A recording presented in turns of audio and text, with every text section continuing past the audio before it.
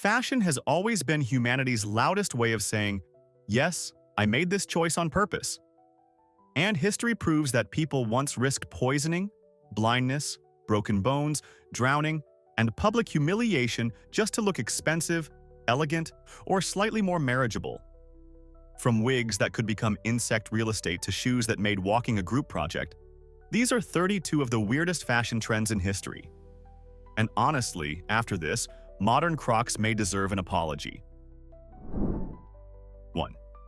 In the late 18th century, a stylish gentleman's walking cane was not just there to help him limp dramatically across a ballroom. It was a luxury gadget stick, basically the aristocratic ancestor of the Swiss Army knife. These system canes were hollowed out and packed with hidden surprises, because apparently having pockets was too obvious. One might hide a sword for sudden duels, a telescope for judging people across the opera house, a tiny flask for emergency brandy, or writing tools for recording one's brilliant thoughts before they escaped. Some even carried little toolkits, musical instruments, or fishing rods. So yes, a gentleman could leave home ready to fight, drink, spy, write poetry, and catch a trout. Fashion was not just about looking prepared. It was about being prepared in the most unnecessarily theatrical way possible. 2. Medieval aristocrats looked at normal matching clothes and apparently thought, how boring. What if my body looked like a flag having an argument with itself? In the 14th and 15th centuries, Europe's rich and noble embraced party-colored clothing, where one garment was split into completely different colors and fabrics on each side. A nobleman might walk around with half his tunic bright blue and the other half screaming red, like a luxury jester with political connections. The madness continued down to the legs, with one stocking green and the other yellow, a style called My Party. Sometimes it showed family heraldic colors, and sometimes it just screamed, I can afford to waste expensive fabric twice. It turned the human body into a walking coat of arms, and subtlety was clearly not invited. 3. Before men were flexing biceps in mirrors, 18th and 19th century gentlemen had a much stranger obsession: calves. Yes, lower legs. Tight breeches and silk stockings meant that a man's calves were basically on public display, and a shapely leg was considered extremely attractive. But if nature had handed you two sad little breadsticks instead of heroic legs, fashion had a solution. Men wore artificial calves, padded inserts made from cork, cloth, or even wood, strapped under their stockings to fake a stronger shape. It was basically contouring for your shins. Everyone knew it existed, and apparently everyone politely agreed to pretend the illusion was working. So whenever someone says modern beauty standards are fake, remember that historical gentlemen were literally strapping wooden muscles to their legs. 4. Modern beauty trends can be exhausting, but at least most of them do not start when your skull is still soft. In many ancient cultures, artificial cranial deformation was a powerful sign of status. Parents would bind an infant's head using boards, pads, and tight cloth so the growing skull slowly changed shape. The most famous result was an elongated cone-like head, though styles varied. The practice appeared among groups including the Huns, the Maya, some ancient Egyptians, and even certain communities in France. To the elite, a stretched skull was not a medical disaster, it was branding. It told everyone that you came from a special class, far above the ordinary round-headed crowd. It may be one of the most extreme fashion statements ever invented, because once your head becomes the accessory, returning it is not an option. 5. For around 1,000 years in China, one of the most admired signs of feminine beauty was also one of the most painful fashion practices ever created: foot binding. Girls, sometimes as young as 4, had their feet broken and wrapped tightly so the arch collapsed and the toes folded under the sole.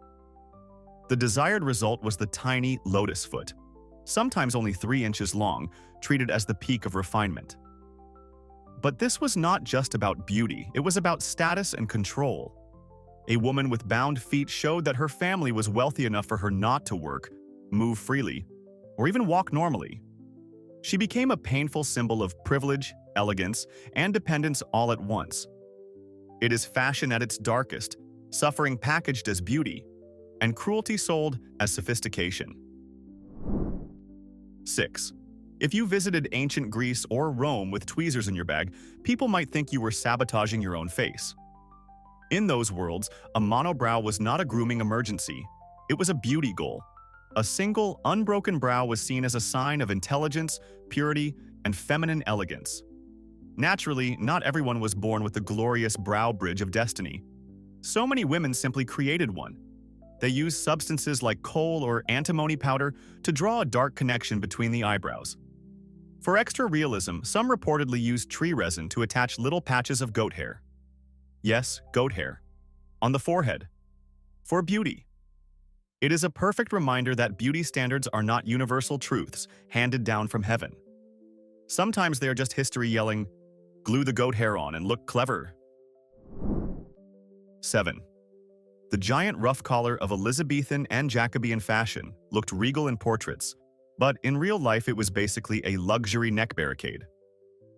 Made from fine linen folded into precise figure-8 pleats, stiffened with starch, and sometimes held up by wire, the ruff announced wealth from across the room.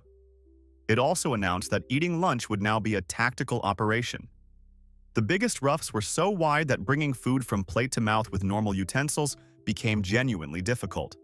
So people used extra long forks and spoons to reach around their own clothing.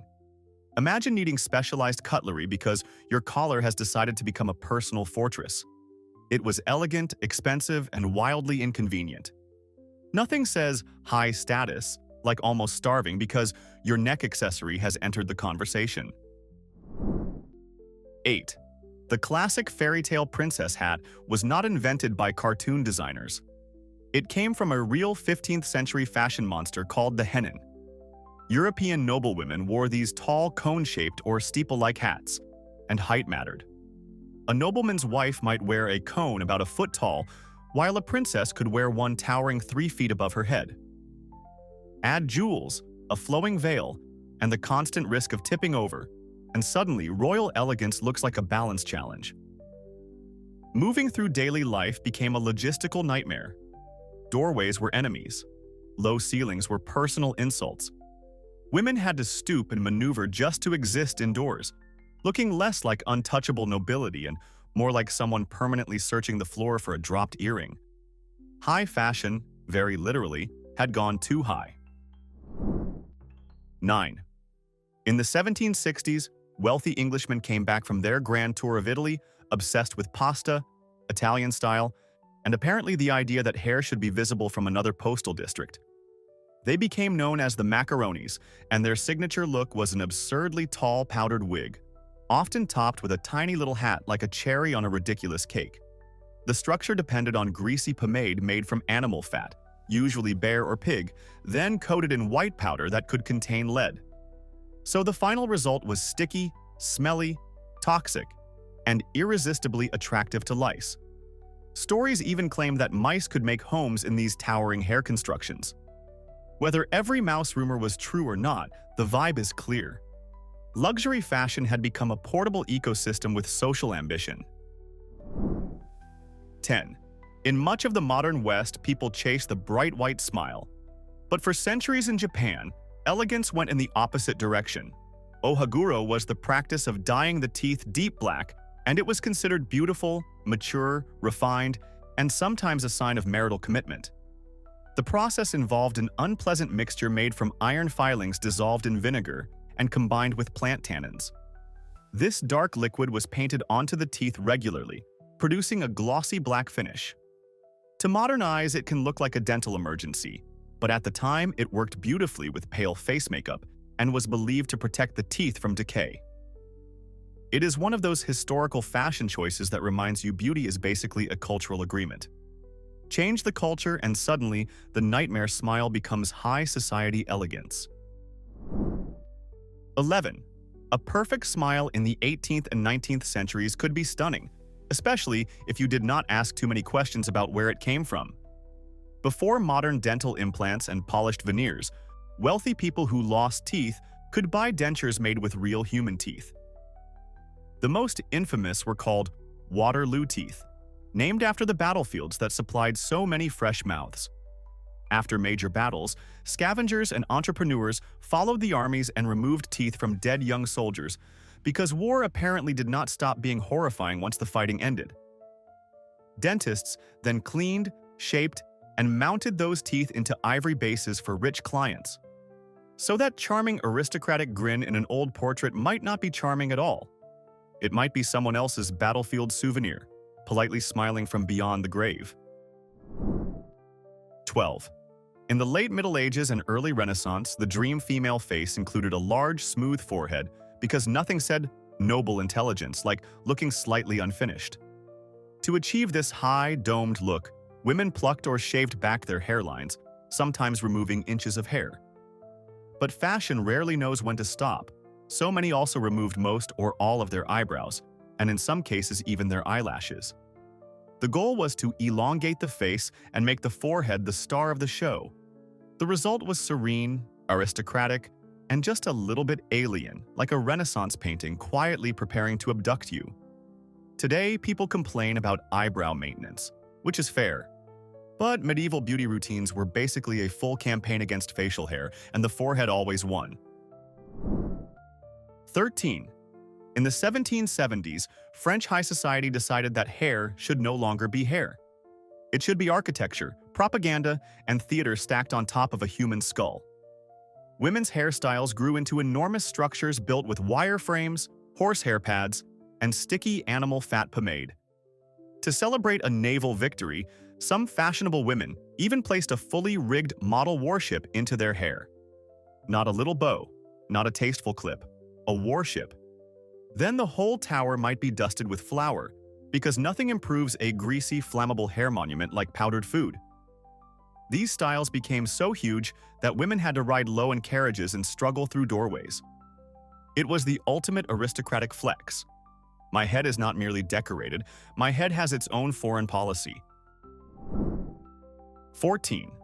The 1940s and 1950s produced many glamorous silhouettes, but few were as aggressively pointy as the bullet bra. This was not delicate lingerie quietly doing its job. This was underwear with military energy. The cups were sharply conical, often stitched in spirals, creating a bust line that looked less natural and more like two tiny torpedoes had joined the outfit. Hollywood sweater girls, such as Jane Russell, helped make the look famous, and subtlety was absolutely not the assignment. Under a fitted sweater, the effect was impossible to miss. It looked like someone had weaponized glamour and then parked it on the chest. The bullet bra is one of those trends that perfectly captures post-war fashion. Polished, dramatic, technically elegant, and somehow ready to challenge a Cadillac to a duel. 15. Powdered wigs were the grand symbols of aristocratic elegance in the 17th and 18th centuries, but their supply chain was much less elegant. The finest wigs were made from real human hair, which meant wig makers needed a constant supply. And history, being history, provided it in deeply unsettling ways. Poor women sold their hair for desperately needed coins. Prisons shaved inmates. Hospitals could take hair from the sick. And, most disturbingly, hair was often cut from the recently dead. So that magnificent flowing wig on a duchess might have been assembled from a peasant girl, a prisoner, a fever patient, and someone who had very recently left the chat permanently. It was luxury made from human leftovers, powdered white and worn proudly to dinner parties. 16. The fontange hairstyle supposedly began with a simple accident at the court of King Louis XIV. One of his mistresses had her hair come loose during a hunt and quickly tied it up with her garter. The king liked the look, and because royal approval was basically a fashion detonator, the court copied it immediately. But this was Versailles, where simple was treated like a disease. The casual tied-up style soon grew into a tall construction of lace, ribbons, hair, and wire. Every year it climbed higher, until hairdressers were being compared to architects, which honestly feels accurate when your hairstyle needs structural planning. The fontange became a towering, flammable monument to royal taste, proving that one compliment from a king could turn a bad hair day into an international problem. 17. In Elizabethan England, sugar was wrecking teeth across the upper classes, but looking like you cared about dental hygiene became fashionable anyway. The ultimate accessory was the toothpick, and not the boring wooden kind you find near a restaurant counter. Aristocratic toothpicks were luxury objects made from gold, decorated with jewels, and worn around the neck on a chain like tiny dental treasure. After a meal, a noble could dramatically pull it out and clean their teeth in front of everyone, because apparently nothing said refinement like public mouth maintenance. It showed wealth, manners, and, most importantly, that you had eaten enough rich food to require cleaning. It also showed that you still had teeth, which in that era was not a small achievement. The bar was low, but the toothpick was gold. 18. Imagine going to the beach around 1910 and changing into your fashionable bathing outfit. It is modest, respectable, full coverage, and made from heavy wool. So before you even touch the water, you are basically wearing a sweaty winter sweater under the summer sun. Then comes the swim, or at least the attempt. The wool drinks water like it has been wandering the desert for weeks. Within moments, your swimsuit becomes a sagging, dragging sack that clings, stretches, and tries to pull you downward. Getting out of the water turns into a wrestling match against your own outfit, which is now heavier, longer, and apparently determined to escape toward your ankles. It was less a swimsuit and more a damp punishment device invented by someone deeply suspicious of joy. 19. The obsession with pale skin reached truly poisonous levels in the 16th century with Venetian ceruse. This fashionable whitening paste was made from vinegar and white lead, which should already sound like something your face would file a complaint about. Aristocratic women applied it to the face, neck, and chest to create a ghostly porcelain complexion that proved they did not labor outdoors. Queen Elizabeth I is famously associated with this kind of pale makeup. The problem, minor detail, was that lead is toxic. Regular use damaged the skin, creating scars and discoloration, which then required even more makeup to hide. It could also contribute to hair loss, rotting teeth, paralysis, and death. They were not just chasing beauty, they were slowly turning their beauty routine into a murder weapon. 20. After the giant crinoline had its moment, fashion decided skirt volume should migrate dramatically to the rear. Enter the bustle, the late 19th century device that asked a bold question. What if a woman's backside needed scaffolding? Bustles came as wire frames, steel half-hoops, or horsehair stuffed pads strapped under the dress. Their purpose was to create a large shelf-like shape at the back, producing that famous exaggerated silhouette. The result could make the wearer look half human, half upholstered furniture, as if someone had attached a decorative tea table to her spine. It was awkward, heavy, and completely artificial, but it created the fashionable shape of the era. The bustle proves an important historical lesson. No body part is safe when fashion decides it needs more volume. 21. The Roaring Twenties gave the world the flapper, a symbol of speed, freedom, jazz, and modern rebellion. It also gave women the cloche hat, which was chic, stylish, and weirdly committed to blocking useful vision. This bell-shaped hat was pulled low over the forehead, often nearly to the eyebrows, framing the face in that sleek 20s look. The problem was that seeing straight ahead became optional.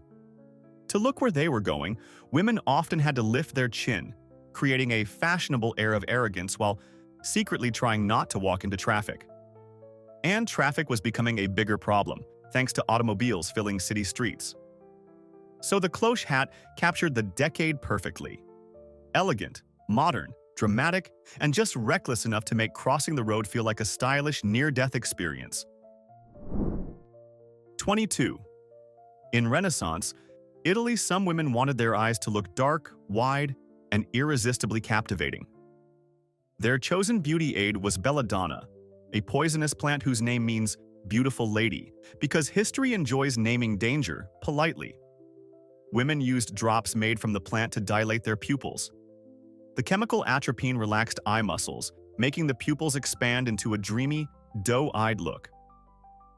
Unfortunately, eyes are not decorative marbles. Dilating them this way could blur vision, make focusing difficult, and increase sensitivity to light. With repeated use, it could contribute to more serious symptoms and even blindness. So the trade-off was simple. Look mysterious and alluring, while the entire world becomes harder to see. It was beauty through bad decisions, with a botanical side order of danger. 23. Victorian men treated facial hair with the seriousness of military engineering. A good mustache was not just hair. It was a sculpture, a personal banner, a waxed and curled masterpiece sitting proudly above the lip. But every masterpiece has an enemy. And for the Victorian mustache, that enemy was tea. Hot steam, dripping liquid, and careless sipping could ruin the whole carefully shaped structure. The solution was the mustache cup, a teacup with a small ceramic guard built across the rim. This little ledge protected the mustache while allowing the gentleman to drink like civilization itself depended on it. It is wonderfully specific, almost aggressively Victorian. Only that era could look at facial hair getting damp and respond, "We need specialized drinking technology immediately." 24. In the mid-19th century, the fashionable female silhouette was a giant bell, and the crinoline made it possible. This was not just a fluffy petticoat. It was a collapsible cage made of steel hoops and fabric, worn under the skirt to create enormous volume. It did reduce the need for layers of heavy underskirts, but it introduced a fresh menu of chaos. Doorways became puzzles. Sofas became traps. A woman could sit down and accidentally launch the front of her skirt upward like a curtain, rising on a tragic comedy. Wind could turn the whole thing into a personal parachute. Worst of all, crinolines were deadly near open flames. Their wide skirts could catch fire easily, trapping women inside beautiful steel cages. Fashion had created glamour with built-in disaster settings. 25. In the royal courts of 17th and 18th century Europe, tiny black beauty patches called mouches turned faces into flirtation maps.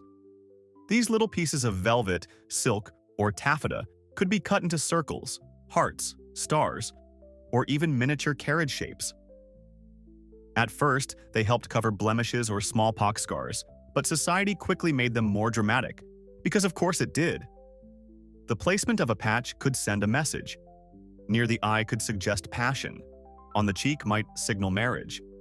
Above the lip could hint that someone was available. It was like social media status updates, but glued directly to the face. Courtiers could flirt, gossip, and advertise intentions using a single black dot. Subtle? Not really. Efficient? Strangely, yes. 26. Elizabethan men did not always chase a gym-built body. They often chased volume, and they got it through bombasting.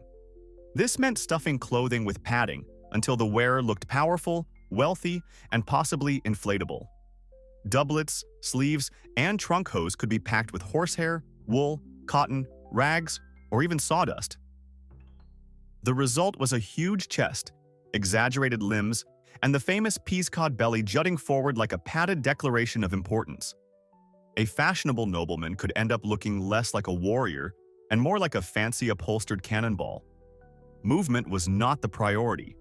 Bending, sitting comfortably, or dressing without help became someone else's problem. Status was measured by how much useless stuffing you could carry around while pretending it was dignity. 27. Once an 18th century fashionista had achieved that perfect deathly pale look with toxic makeup, there was another step: fake veins. Because apparently looking like a delicate porcelain ghost was not enough. Some women used fine blue pencils to draw thin vein lines across the neck, chest, and shoulders. The idea was to suggest skin so pale and translucent that the blue blood beneath could be seen. It was an aristocratic humble brag drawn directly onto the body. I am so refined that sunlight, labor, and normal circulation have never troubled me. The result was fragile, eerie, and slightly vampiric. Today, people use contouring to shape cheekbones. Back then, the truly committed were contouring their circulatory system. Beauty had gone from face paint to medical illustration with attitude. 28.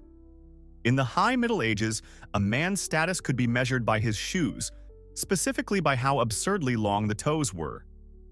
The Krakow, also called the poulain, had a pointed toe that could stretch far beyond the actual foot, sometimes up to 2 feet. Laws and custom often linked length to rank, with nobles allowed longer points than ordinary people. This turned walking into a strange shuffle, because every step came with the risk of tripping over your own expensive nonsense.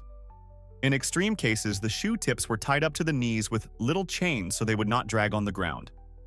It was one of history's most ridiculous footwear trends, and yes, the obvious joke is unavoidable.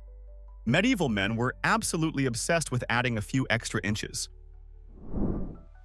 29. In the early 20th century, fashion introduced the hobble skirt, a garment that looked at women walking normally and said, "Absolutely not." The skirt was narrow around the lower legs, especially below the knees, making a full stride nearly impossible. Women had to move in tiny, restricted steps, shuffling forward with all the freedom of someone politely trapped in fabric. Climbing stairs became difficult. Boarding vehicles became awkward. Crossing a busy street could become a genuine hazard, especially as automobiles were becoming more common. The whole thing existed to create a slim silhouette because apparently elegance was worth sacrificing the basic function of legs. It was fashion as a leash, turning ordinary movement into a public performance of stylish inconvenience. 30. In Qing Dynasty China, extremely long fingernails became a powerful symbol of elite status. Scholars, mandarins, and aristocrats could grow nails several inches long, especially on the pinky and ring fingers. Some curled into delicate spirals, making the hand look ornamental rather than useful. That was exactly the point. Long nails proved the wearer did not do manual labor and never expected to. If your nails would snap while carrying firewood, congratulations, you were clearly above carrying firewood. To protect them, wealthy people wore ornate nail guards made from gold, silver, and sometimes decorated with jewels. It was luxury idleness made visible. The message was simple: my hands are too important to function. Few fashion trends have celebrated doing absolutely nothing with such commitment. 31. Modern platform shoes can look dramatic, but 16th century Venice had already taken the concept to dangerous architectural levels with the Chopin. These were not shoes so much as wearable towers, built from cork or wood and sometimes rising up to 50 centimeters. Their purpose was not comfort, their purpose was status. The higher the Chopins, the richer and more important the wearer appeared, and the more fabric her dress required to cover the height. Of course, actually walking in them was almost impossible without help. Noble women often needed servants on both sides, acting like human railings while they wobbled through the street. It was an incredible fashion statement. I am so wealthy that I no longer perform walking as a solo activity. 32. Today's mascara can survive tears, humidity, and dramatic emotional breakdowns.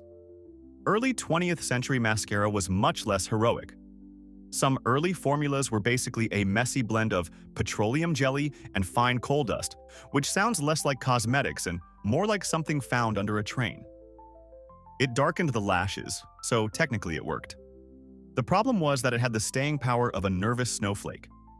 A little moisture, a tear, a humid room, or sudden rain could send the black paste sliding down the face. This was not a cute smudge. This was an inky disaster, streaking dramatically over the cheeks like a gothic raccoon experiencing personal tragedy. One emotional moment could turn glamour into public collapse, proving that early beauty products had confidence, but absolutely no crisis management. So next time someone complains that modern fashion is ridiculous, remind them that our ancestors glued goat hair to their faces, painted fake veins on their skin, and wore skirts that could catch fire like luxury camping tents. Now I want a real fight in the comments. Which trend was the most unforgivably stupid? And which one are you secretly willing to defend? Name it boldly, because the comment section is about to become a historical fashion tribunal. And if this video made your own wardrobe feel suddenly normal, hit like, subscribe, and stay close. History still has plenty of bad decisions left to expose.